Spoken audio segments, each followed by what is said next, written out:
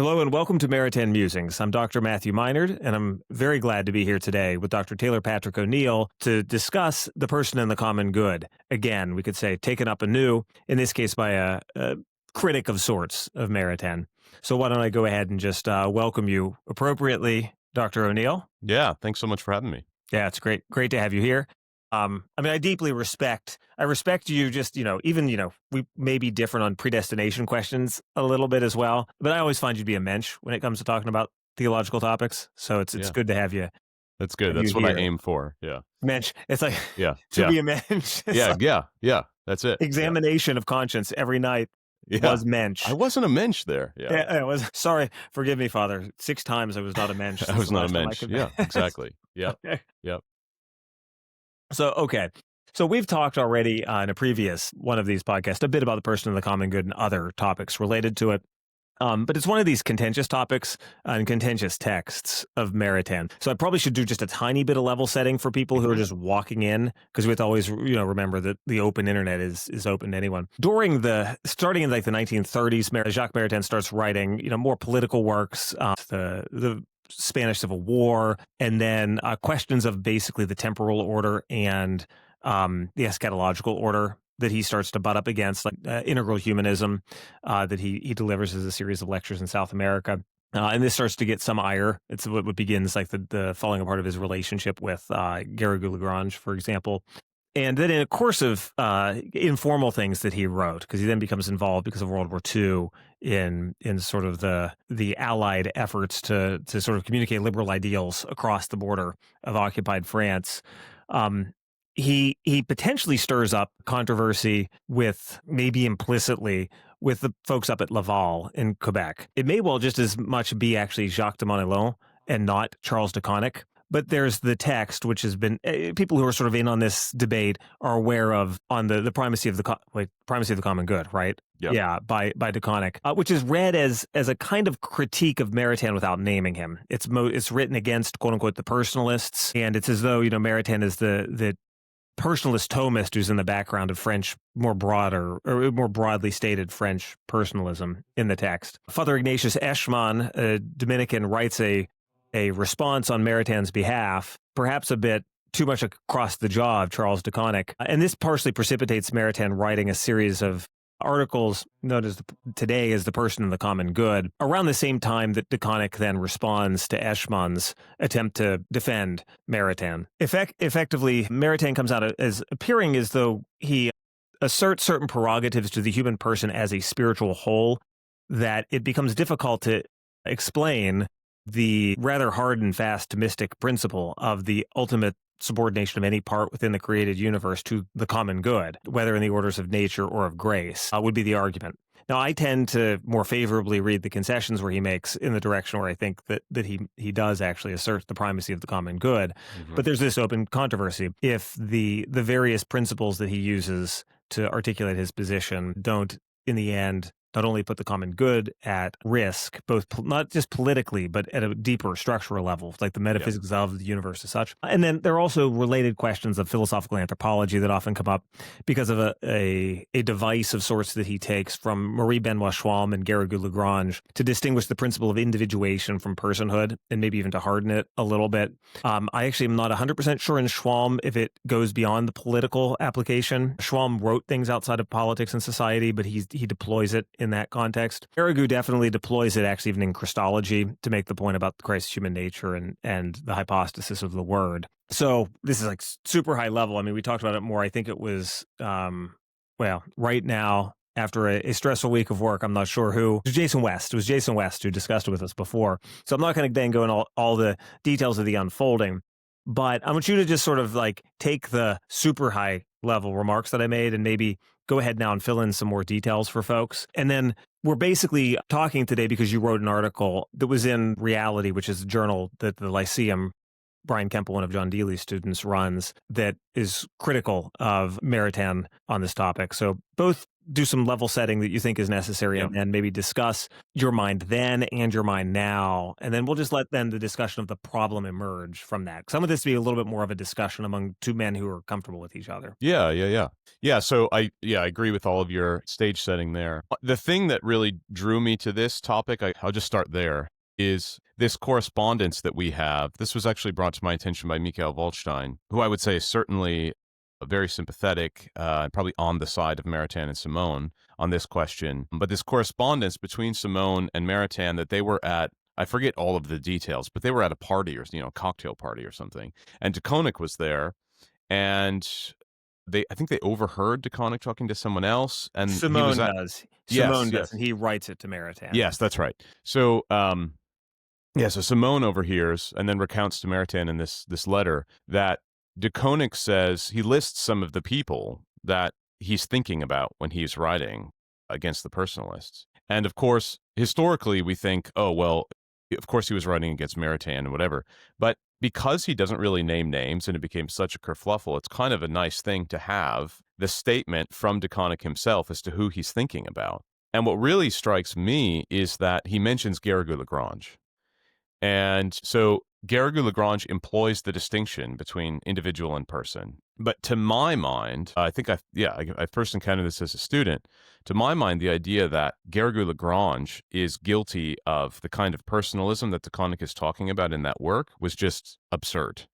It's insane because if you read, doesn't he even he's insistent, isn't he? Yeah. That Garrigou-Lagrange is a personalist. Yes. Yeah.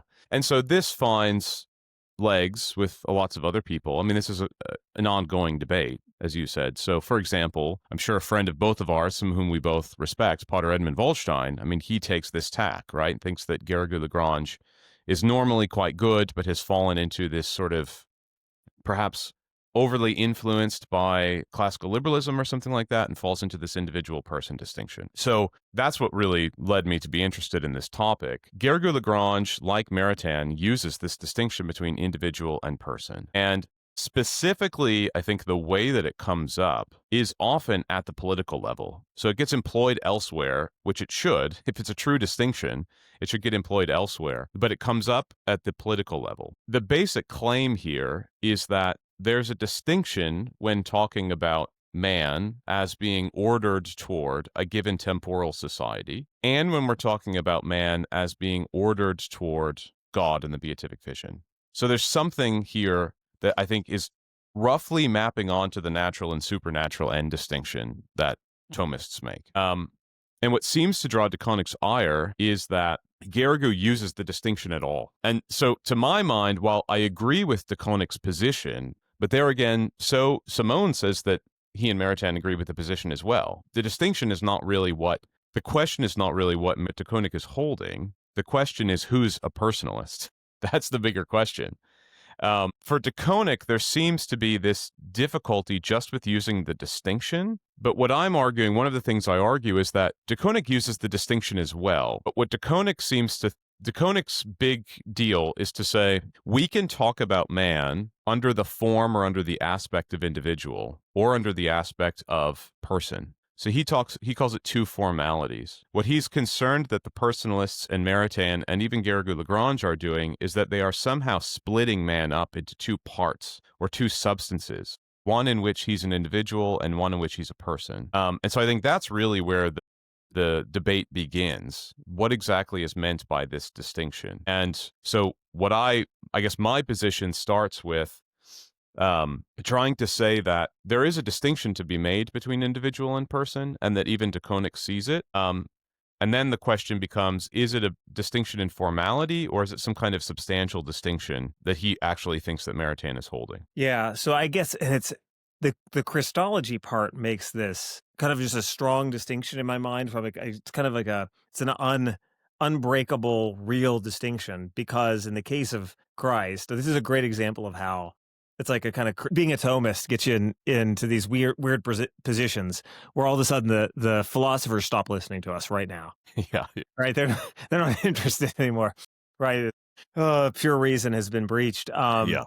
Oh, well, if nothing else, take us on our own hermeneutic. So, but there's this issue born of the fact that Christ's personality cannot be confused with the individuation of his human nature. And so there is it's almost like it's in the front of your face that Yeah. whatever is the principle of individuation related to matter and designated quantity, in the case of his human nature, it is obviously really distinct, if we don't want to be pantheists, from his personality in the so-called composite person of the incarnate word. Yeah. Right. So then the question in my mind just is, okay, well, yeah, if that's the case, is there something operative in the same way for humanity? Yeah, but so, yeah, I mean, that's where I would say we can look to Christ, but of course, there's a great difference between thinking about personhood of Christ and personhood of the human being, which is that, of course, human being is incorporated into a divine personhood. And it seems to be the case that divine personhood, human personhood, are personhood analogously. So the question for Garrigou, and I really think the question for Maritain as well, is how do we make sense, for example, of the classic philosophical understanding of man's sociality, the fact that man is a social creature and therefore has to be ordered to community, has to be ordered to imperfect communities, and imperfect communities ordered to perfect communities. How do we make sense of that when you also have the truth, which we now know by revelation, by faith, that man is called to a supernatural end, which in some sense radically transcends even the perfect order of the temporal community? And that's where you get this tension. And I think especially during the time of the mid-20th century, early 20th century, you have really bad ways of thinking about man's ordering to the temporal society in which he exists vis-a-vis his supernatural ordering. And so what Garrigou, for example, is doing, and I think this is not different from what Maritain is worried about. Whether they hold the same position or not, I think is something else we can discuss. But they're worried about, on the one hand, kind of radical secular democracy, where there doesn't seem to be any ordering to the temporal order at all. To the eternal order. Well, to both. Okay. Yeah. I mean, I think at least Garrigou is somewhat worried. This is some of the background maybe with thinking about Garrigou and the French regime and things like that. But thinking about secular regimes as being something that you sort of publicly give your endorsement and you sign the social contract, but in many ways your private good remains sort of alien to the common good of society. Okay, so that's the radical sort of side on one direction. But then you go the other direction and you have the total subordination of man in all of his aspects, including being drawn to the supernatural end, to the temporal order. And of course, they're thinking of communism is what Garrigou names. I'd like to think that he would include forms of fascism under that as well. He but that does, seems to be the he does concern. very openly in De Revelatione at least point out Nazi fascism. Yeah. It's actually, he uses it. I mean, it's brief because it's De Revelatione, but it's very clear. Yeah. So, okay, so that seems to be the concern. Now, I think what De Koninck is worried about is that in Maritain you find something more than a kind of distinction, a formal distinction or a distinction of aspect in man between what it means to be called an individual and what it means to be called a person. And I think that there's been a lot made of Maritain's holding to, people don't use this language, but I think this is the critique, a sort of quasi-Gnostic or dualist understanding of man's composite nature. Since I've written this article, I think my opinion on that has changed a bit. I think it's a little overwrought to say that Maritain is holding to some sort of view that matter is intrinsically evil and is always pulling down the soul. Because he has a couple lines in Person of the Common Good that go, I mean, they're a little bit rhetorically heavy in that regard. Yeah, but it's just, that's just Maritain, right? Exactly. I mean, and there's there's a certain truth to that, right? That every Thomist recognizes, which is that the material part of man is the part that is being drawn in many directions. It's the part that makes it difficult for man, even in nature, to be ordered towards God as his creator. Yeah, it's what dissipates us in a sense. Yeah, exactly. It's on the non-being side. Yeah, exactly. Yeah. So I think that's a little overwrought. Now, I will say, so if there's a problem here, I don't think that's where the problem lies. Put it that way. I do think there's a few places where, he states things a little bit more rhetorically than maybe is helpful. There also seems to be some places where he speaks as if the fall of Adam and Eve were really a fall of concupiscence. And if that's really what he means, I think I would disagree with that. I mean, I think my understanding of the general Thomistic tack on this is that, of course, Adam and Eve have the gift of integrity in original justice. And so the fall that Adam and Eve see is a fall that really, it's not because of a disordering of soul and body. There seems to be a disorder that's a more properly immaterial disorder within the soul itself, and that trickles over into the body. And of course, now after the fall, many sins, maybe most sins, are the result of concupiscence. But our big sins, our really important sins, speaking in the context of salvation history, the fall of the angels and the fall of Adam and Eve, they seem to be more properly spiritual sins See, but that that don't makes begin in yeah. the body, although the body being, certainly in the case of Adam and Eve, being bodily is maybe part of it, but it's not like it's the body being drawing down. The passions are drawing the soul down in the original sin. Be interesting to see what text you have in mind. And I'm not Yeah. disagreeing with them. I mean, some of these interviews have been more like just interviews. This is kind of exploring the idea of just talking about Maritan's ideas a Yeah. bit, right? Yeah. Yeah, I'd be curious to see the text because I mean, I'm not ready to deny that that's present because I know of some of those overstatements. But you also used the example that makes me pause, right? Because he Yeah. does reflect, especially later in life, at significant length on the sin of the angel. It Mhm. even makes the point. It's like one of the benefits of talking about purely spiritual sin is it kind of like laser focuses your mind Yeah. about what's essential Yeah. to sin. Yeah. So I'd have to think about that. I mean, you may have right here. I see you flipping, which is totally Yeah, fine. I'm There may well flipping. be a I can look. I mean, I know it makes, great airtime just to sit here and So look through some you could pages. flip. So, You have to flip. We could be like, Rush Limbaugh. Like, yeah, exactly. I think it Yeah, was yeah, yeah. him. I don't know on radio. Like it Yeah. clapped Yeah, yeah, yeah. yeah. Um, Um, no, I'll look for it as we keep talking, and yeah, I that's can fine. bring that up. So, Because yeah, it's go ahead. so, and we should probably even make the point that if you can nuance this as you desire. I mean, effectively, the subordination, especially of the human person to the temporal common good of temporal society, tends in Maritain to be attributed to man as individual, Yes. because man is indeed subordinate to society, but not as a whole. Is Yeah. effectively the way that's coming out of Schwamm, and they Yes. use the distinction between individual and person. Yep. And so it And tends to yeah, I just want to instrumentalize say society. yes, but I don't. That's not the problem that I have real issue with. Okay. I mean, I think that's right. I think that seems to be part of the reason why Garrigou got in trouble with De Koninck, because Garrigou is very comfortable in saying that we are ordered towards the temporal society, but we're also ordered beyond it. And so there's a way in which it's absolutely true. I mean, I think St. Thomas would say this. So this is where I assume that we would agree that in some sense, the supernatural good of any soul, of any created human soul, is more important or of higher value than the temporal good of a temporal order, the common good. Correct. So we agree there, but averring to the individuation principle instead of person, that Yes. always, I'll admit that that's always made me a little nervous because in my mind, the good of society, I mean, you can lean into basically created human nature and say, I just have a lower good here. I mean, I actually would even hold that, and Maritain does in a couple places in the text.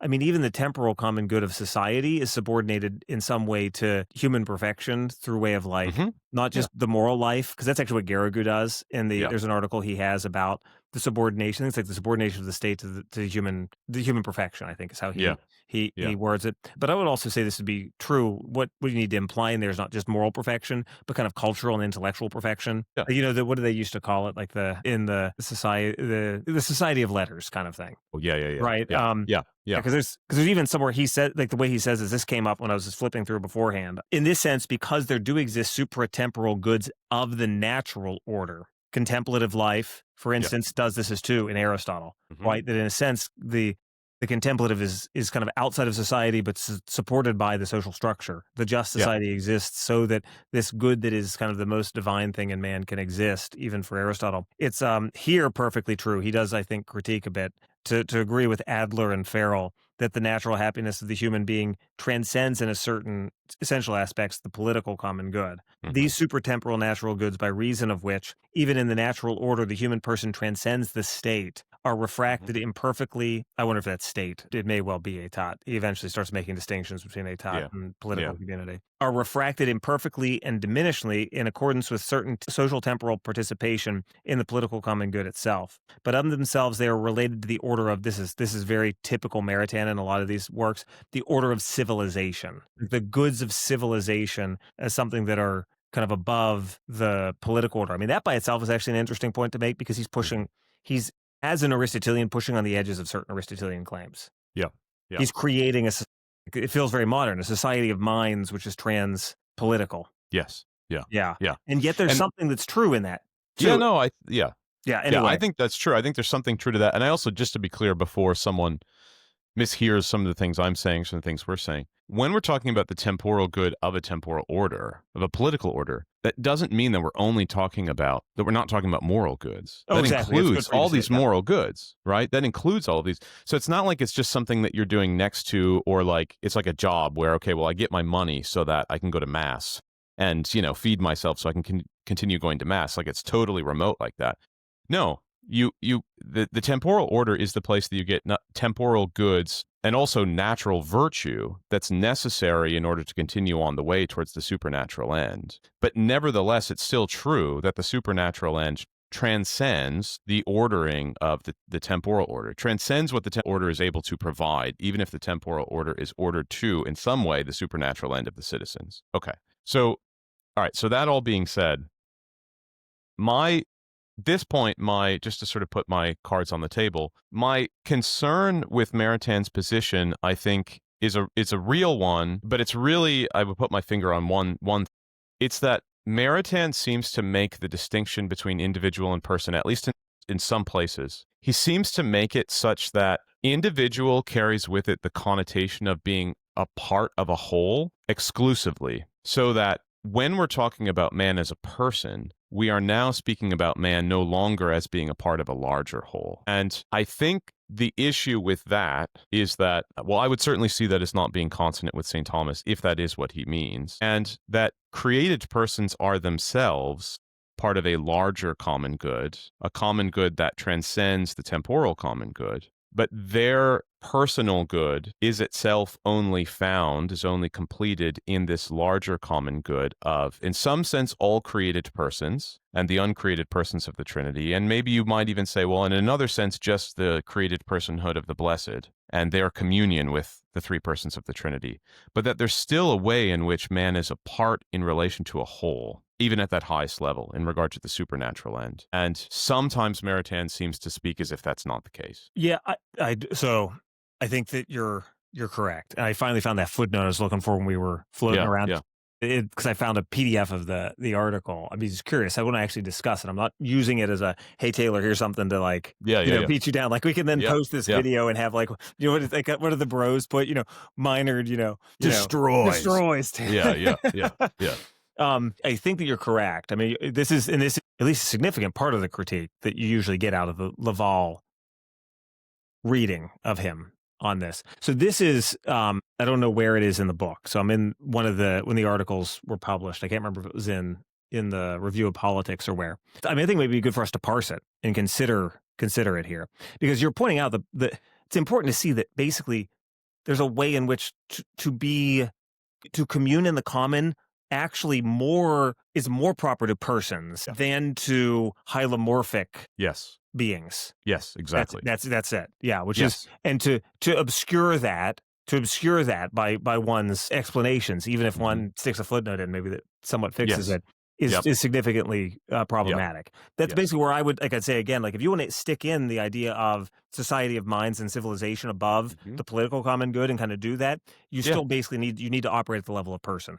Yes, right. Exactly. And that's and to parse it by way of the individual has always, I'll admit, made me like, I've always thought that's not the strongest way to do it. It's just there are different orders of goods that persons can be ordered to, because there's the good of maybe to again talk to the people who walk in and they're like, what are they talking about with regard to the state, because it's so foreign to how people think of the state. There's the common task of the just ordering of living together. That's what political rationality is about. And that's actually a question of lived virtue. So, but yeah, I apologize that like I don't have it as something you can see in front of you. So I'll try and take it slow enough. No, that's good. And, like, give me like whatever kind of marker you want to stop us to talk. So each intellectual substance is made first for God, the separated common good of the universe. Second, for the perfection of the order of the universe, not only of bodies, but of spirits. So right, the kind of community of humans and angels. And third, for itself, that is for the action, both immanent and spiritual, at once. He means, by which it perfects itself and accomplishes its destiny, kind of like the formal perfection right? The fact that the actual doing of the act, it's like the very act of having the vision or something like that, or the act of virtue. Yeah. So let's see here. Using a distinction established further on, we may say that as individual or part, and I see that's the that's the concern right there, is immediately saying that. Yeah. The intellectual substance, this gets you in trouble with the angels. This gets you in trouble with the angels, actually, because individual can't be said of the angels. I'm thinking it out loud. Yeah. Is first willed and loved for the order of the universe and for the perfection of the created whole. But as person, it is first willed and loved for itself. Now, what is your thought just there, actually? Yeah. Because that's where he kind of wins me back a little bit. Yeah. So this is where you people think you end up sounding like a jerk. You're a Bayesian. You get to do this all the time, dude. I know. But see, the thing is, I'm actually just I'm a nice Midwestern person. So I hate playing the jerk. This is the great tension in my life. So I do not want to take away from the idea that God does have a radical antecedent love for each person that is irrespective of the created order as a whole. That's completely true. But I get uncomfortable with language that speaks as if there's almost like a kind of consequent willing or a kind of separate willing of the person from the entire providential ordering and plan for the created cosmos. As if there's like, well, first I have this idea of this person and I love it, and then I need to like find a place for it within the holistic ordering of the cosmos. So then let's continue with the footnote to see how you respond to the next bit. Like, does he thinks he's basically doing some of the moves that do what you just did. Yeah. But me looking at it quickly while trying to at least be present to the person I'm interviewing, I didn't get to split my brain totally. So I'm actually not sure. Yeah, keep going. So that's fine. No, I think it's great because what you're doing is you're sort of laying out. It's like, this is where I'm still concerned. And so let's see if actually, as it keeps going. And it was appropriate. I don't think we stopped. I think it's important to stop as we go along and see and anticipate what we would want to see here. Yet, like every creature, it being any created intelligence, although we have to admit that there's a way in which humanity is primarily in his focus because of the individual thing in the background. Yeah. It's important for people to see that the notion of individuation doesn't quite function the same way for angels, for a Thomist, because of the way that matter individuates. So every creature, it differs from God or personality in pure act, which is what God is, more than it resembles him because of analogy, right? Difference is greater than similarity. Hence, absolutely speaking, it is a part or individual more than person, and before it is a person. So this is his way of basically saying, well, because it's a participated likeness of personhood, the individual element, but of course, which is going to have to be put to the angels. That's actually, I have to admit, I've never stopped to think about this weakness here. Because he's going to have to say the same thing about the angels. And again, you have to do there's a lot more metaphysical tinkering in the case of the angels to talk in terms of individual in their case, which sounds weird to people, like the angels aren't individual. Yeah. But it's because the notion of individual connotes this relationship to quantity and matter. It's important. But in a certain respect, it makes sense to talk about them as individuals, not in the sort of most proper Thomistic sense. Exactly. But you have to do the analogy work to show how you're not using it that way. So you have to do some more metaphysical like articulation.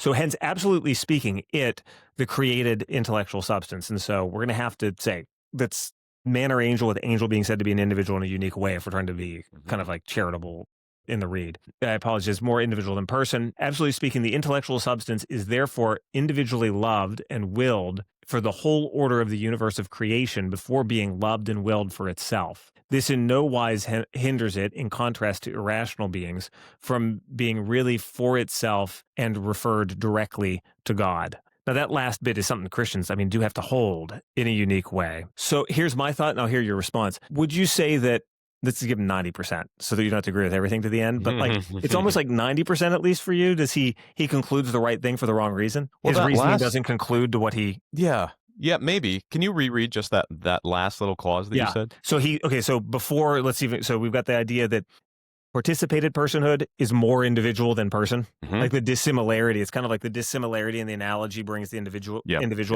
element in. It follows therefrom that absolutely speaking, the intellectual substance, he says this is what Kant missed, kind of the Kantian line of personalism misses. The intellectual substance, absolutely speaking, is loved and willed, therefore, for the order of the universe of creation before being loved and willed for itself. But this in no wise hinders it, in contrast to irrational beings, so non-rational beings, from being really for itself and directly referred to God because of our spiritual capacities, capacitating us basically for the possibility of communion with God by nature.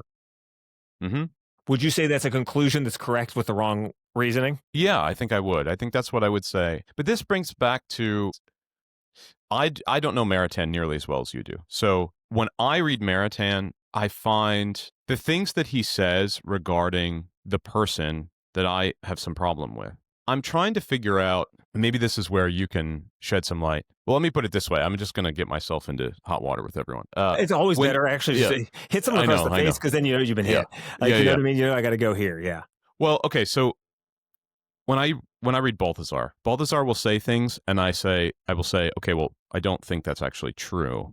But I also know why you are bending the stick, if you will, in that direction. And so I understand what you're trying to say. Now, that sounds really condescending, I realize. But I also think that this is why Thomists can get more out of Balthasar than, maybe some really stodgy Thomists who just say, well, he's wrong and, what a heretic. Sometimes with Maritain, though, he says something, and I have the sense that if I were sitting in a room with him and I raised some of my objections, and he would say, well, of course, and that we would more or less agree on things. But then I can't figure out why he's putting them in the way that he's putting them.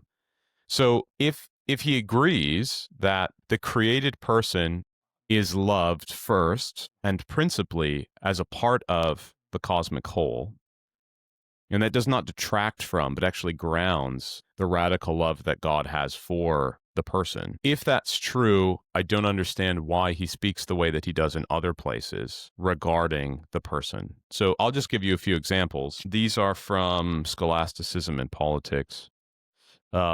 He says that the person is more a whole than a part and more independent than servile. And he also says that as a person, man has what he calls, quote, superexistence and is a universe unto himself. Superexistence, I think what he really just means there is the existence that happens through knowledge and love. Intentional existence. Okay. Yeah. So more a whole than a part, simply speaking, or more a whole than a part in relation to man's natural individuality, the natural sense in which man is a part. Because I guess I understand some sense in what he's saying, but I mean, part of me wants to go even further and say that actually, if you want to draw a really strong statement about man's being social and finding his completion as a part in a larger whole, and if we're going to compare that on the supernatural order to the natural order, I might even be hard-pressed to say that that's even more true on the supernatural order than it is on the natural order. It's not less true. Yeah, and say that again, just so I... Yeah,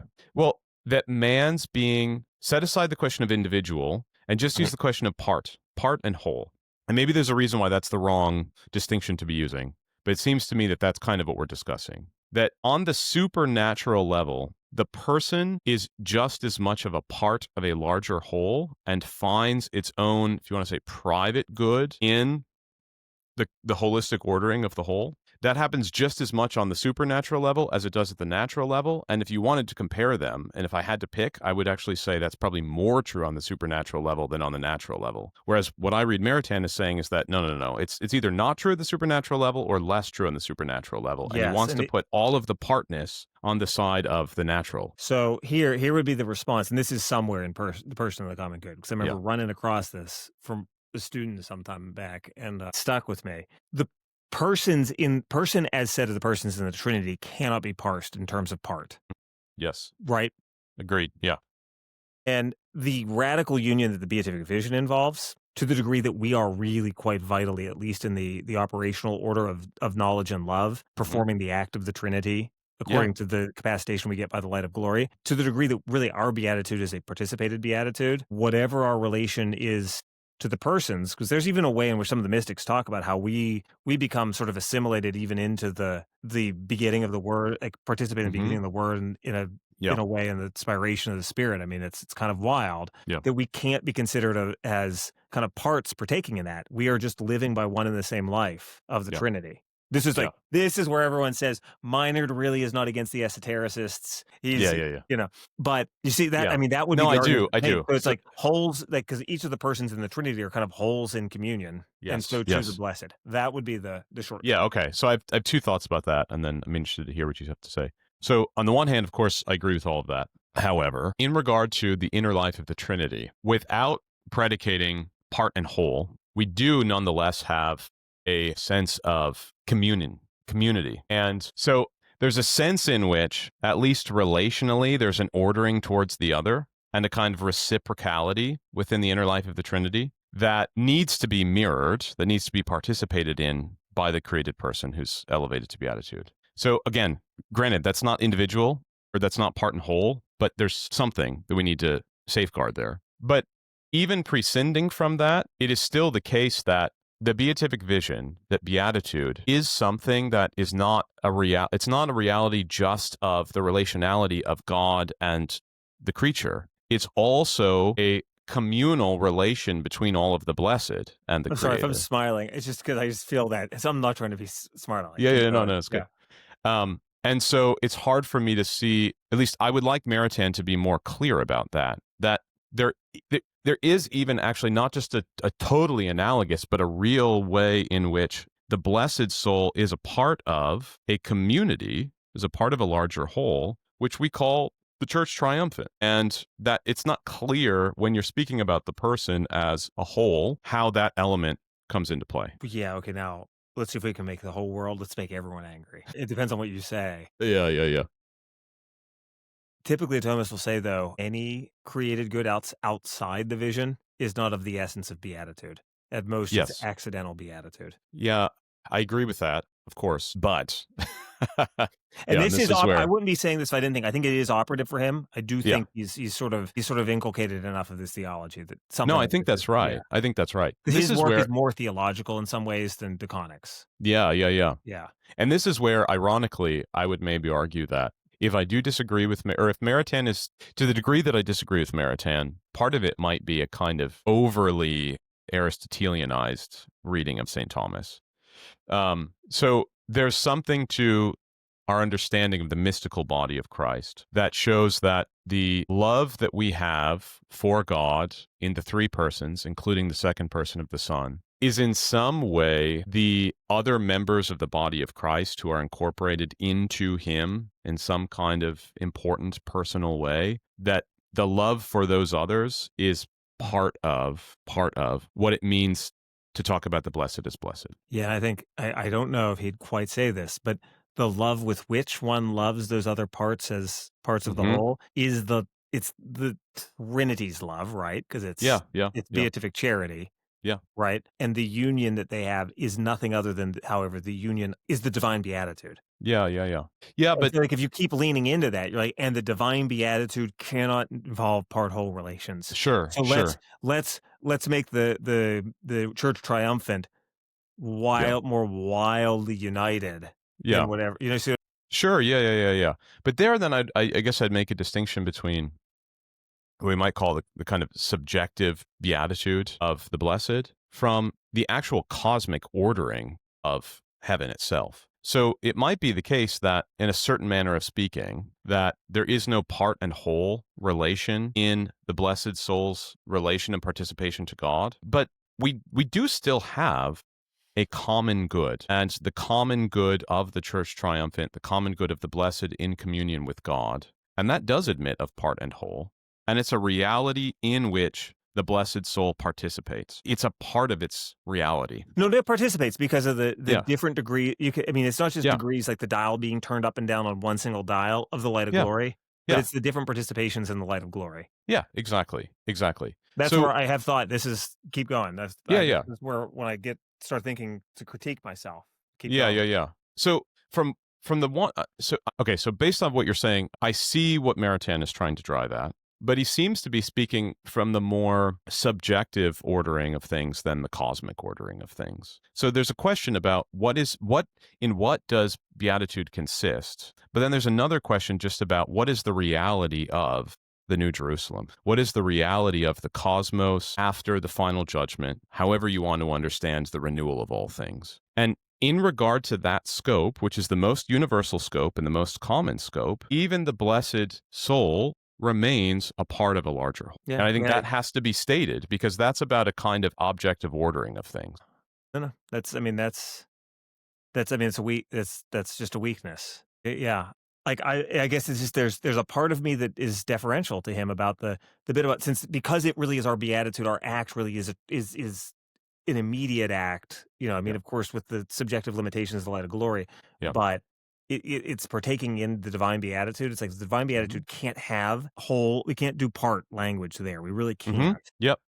And that is our beatitude. Like, Yep. there's something that we have to lean into where it's like that aspect of the, I mean, beatitude itself in its essence is all whole to whole, whatever that means. Yeah. Agreed. But insofar as we're not taking that all the way to, say, Meister Eckhart territory. I know that's the problem, is like I get tempted down No, Germanic I line. totally get tempted too because there's something beautiful. I mean, it took me a good year where I was like teetering on being like, I don't know, maybe Eckhart's onto something here. And it took all of my, antecedent Thomistic loyalties to sort of pull myself back and then finally to go, okay, I get it. I get it now. But I mean, we do want to say that whole to whole is still on our part participatory.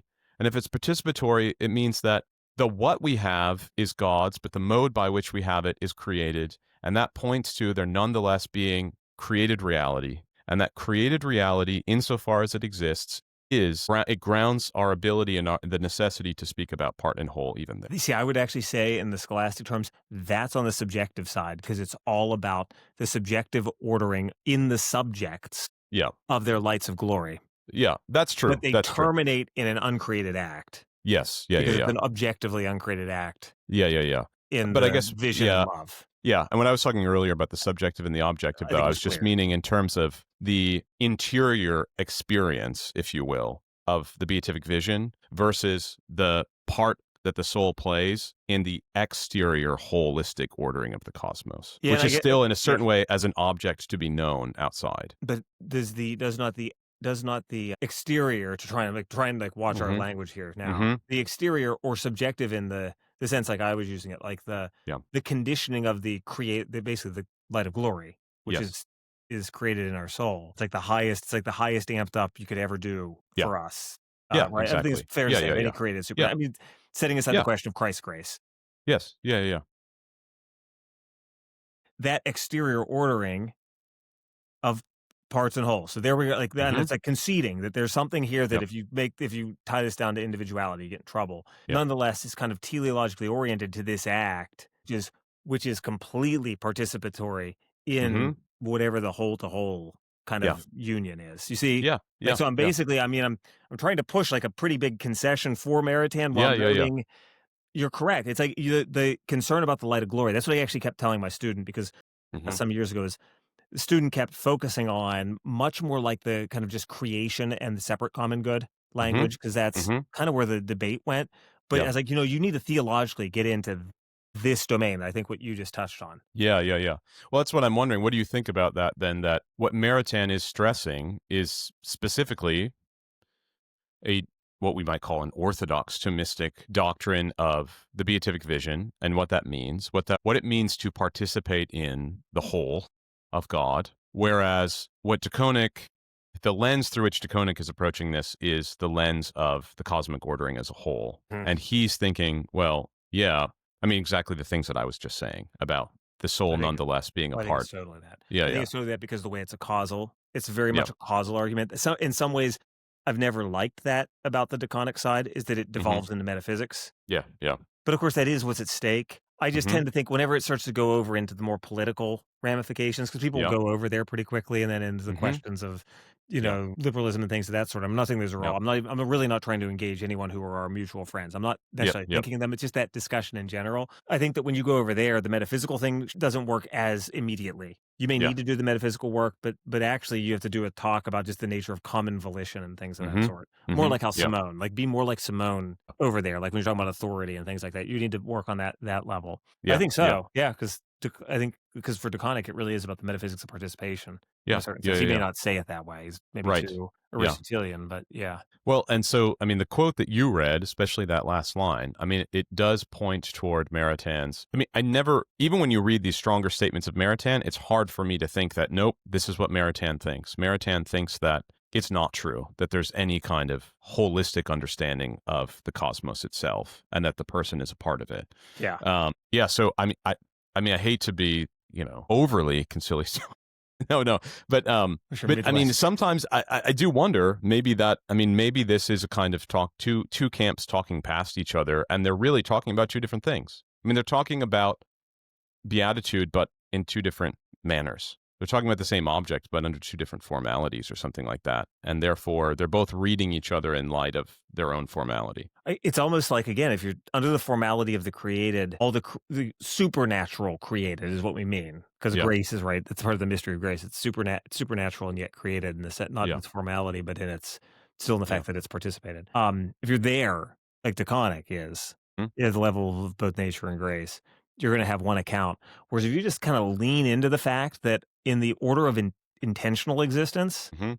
this is uncreated. Mhm. Like in the order Yeah. of knowledge and love, this is uncreated. You're going to be perhaps more ready to do what Maritain does. Now, that doesn't necessarily exempt him, though, to a degree, though, from, I think, even the applications of individuality.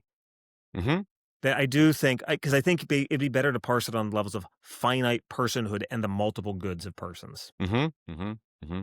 Yeah. So, Yeah. because then I think, because even the other issues about societies that are ordered to each other. Yeah. Yeah. Yeah, and then this, I I'm mean, this, conceding, to be clear to the people who yeah, are yeah, like, yeah, this is yeah, bespoke. I'm conceding that. yeah, and yeah, and I would certainly say, I mean, I'm sure there are many Thomists who will think that I'm also being overly conciliatory in stating like, no, but look what Maritain says here. But okay, that's fine. But looking at his body of work as a whole, what did he actually think? I mean, if we could have him in the room, what did he actually think? If he is recognizing that the blessed soul does have a relation of part to whole, and what he's speaking about is the participation in the wholeness of God, then, I mean, certainly no Thomist should disagree with that. So, yeah, so then the question really becomes, I mean, to come back to something like Garrigou, for example, I think the big question is, should we use this distinction at all? I think is a good question that maybe De Koninck would ask. And Garrigou uses it and Maritain uses it. So I think it's a fine distinction to use. I think it's an absolutely fine distinction to use. I think that maybe there could be a different way of speaking about it that would be less confusing. But I don't see a problem with the distinction itself so long as there's a clear recognition that one of the things that we tend to think about when we think of individuality, which is belonging to some larger common body, that doesn't stay merely at the level of the individual and therefore doesn't stay merely at the level of the natural. And if that's agreed upon, then it seems like this distinction can be used. As De Koninck himself uses it under two formalities, then we can continue to use the distinction, and it can be helpful, maybe principally in areas of politics, but also in other areas. I think it comes up and is useful. And yet there is something about the whole city of the blessed I just found. Yeah, okay. Can we jump there just to see? Yeah. I'm not trying to No, good. rain on that.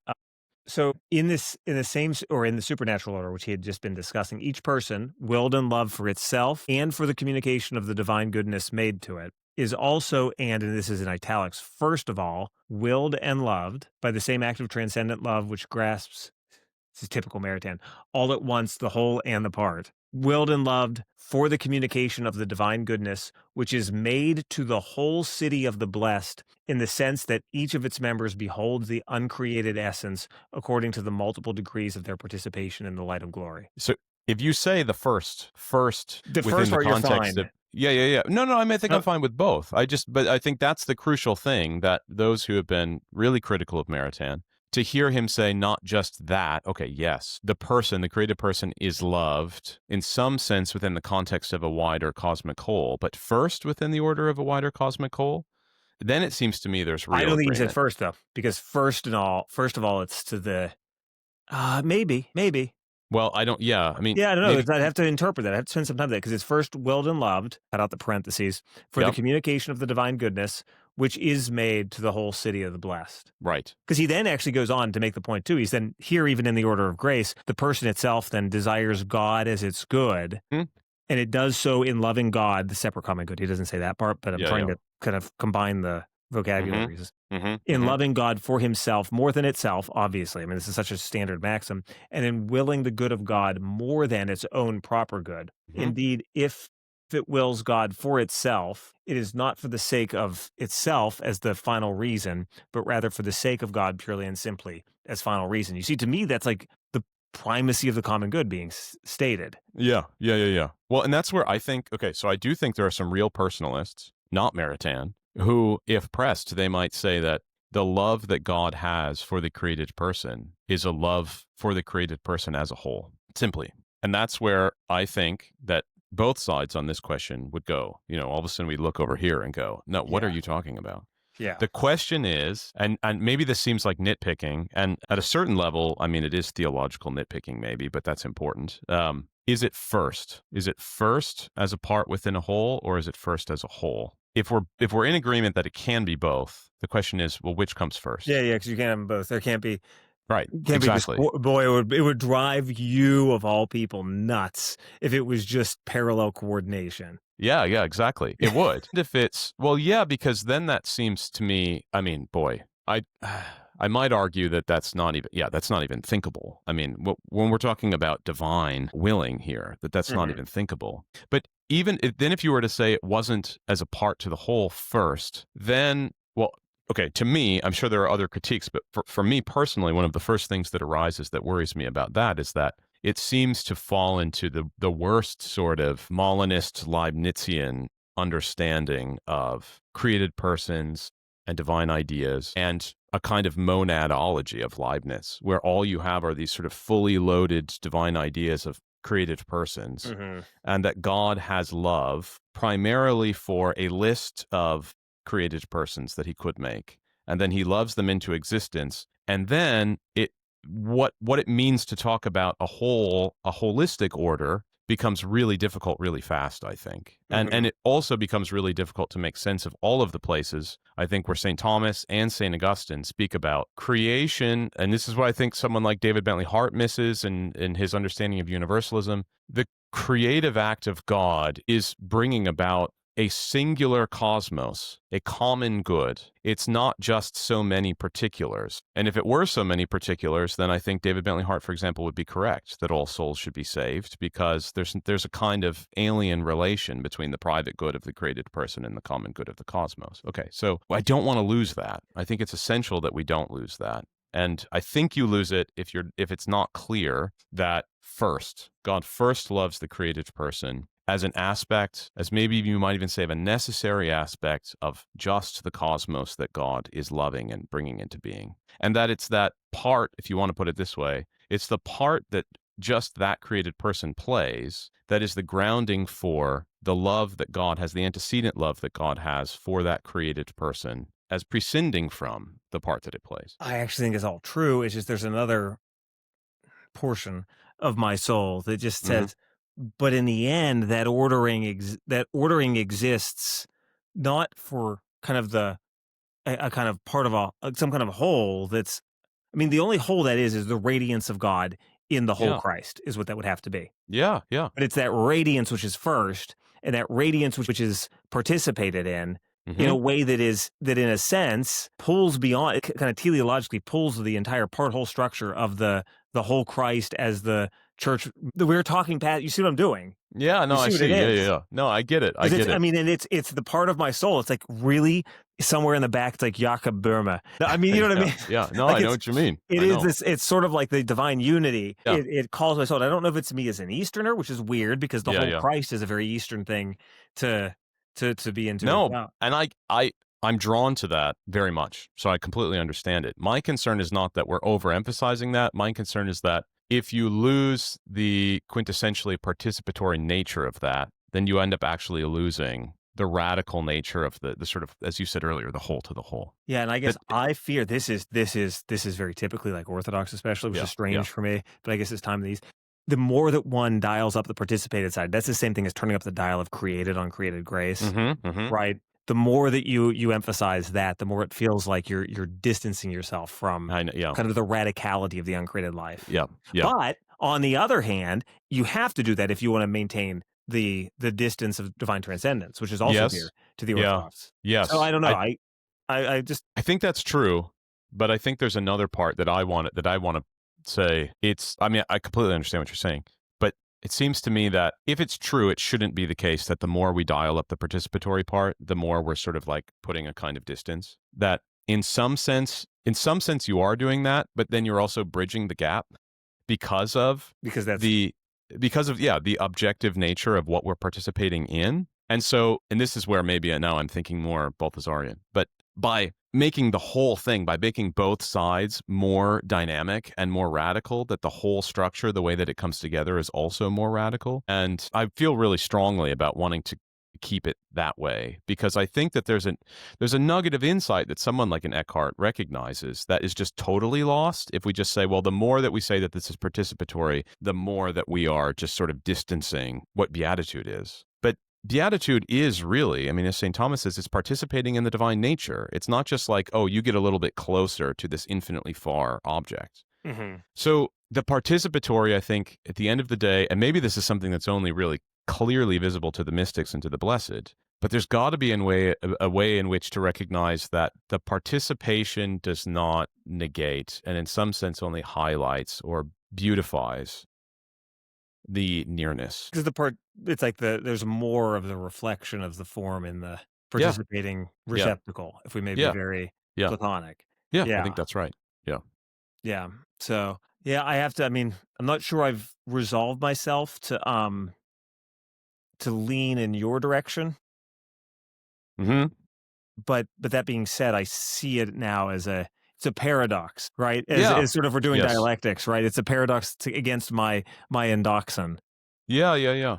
And I think this has helped to actually to Good. spell out there's like, I think that's like the nub. I think it's like the nub is to go right to what you said about the Yeah. cosmic ordering. Yeah. I think I think that's the. I think you have to actually do that theological bit. Yeah. I Yeah. think all the other stuff muddies it. I think actually if you did that, Yes. it probably would get to the nub of what's going on with him. And That's right. yeah. Yeah. I think that's exactly where the debate is. Yeah, I think that a lot of people do deal with it as a kind of metaphysics of causation issue. Yep. Yep. Yeah. Hmm. So this was Yeah. good. This is a great conversation. I think it's appropriate probably for us to Yeah. clear out. Hmm. Anything else first of all that you want to say? No, I don't think so. This Okay. has just been great. I've appreciated this. It's also been really helpful for me as well to see where there might be disagreement and to see more clearly what Maritain is up to and to appreciate what Maritain is up to, because he is seeing something and he's trying to get at it. And we could quibble about, not quibble, but we can disagree about what the right way is to say what he's seeing, but he is seeing something. He's not just like, like the caricatures I think are not Yeah, true. I mean, I think it's coming from a deep mystical Yeah. side of Yeah. him, right? I Mhm. mean, his deep engagement with mysticism, but also his mystical life. I think so. Well, I think it's appropriate then for us to end by giving glory to God, Father, Son, and Holy Spirit, now and ever and forever. Amen. But thank you again, Dr. Taylor Patrick O'Neill. I was so uh, mixed in my brain. I forgot to say you're coming to us from up at the Northeast version of Yes. Thomas Aquinas College. Yep. That's right. Thank you for your time. Thank you to Yeah. all of you, our listeners. I also failed to tell you that Maritain Musings is a venture of the American Maritain Association. So thank you for your time. Be sure to look us up if you're more interested in us. And also, too, I just want to thank our student helper, Hunter Olson, for his editing time. So again, Taylor, thank you for your time. Yeah. Thank you so much.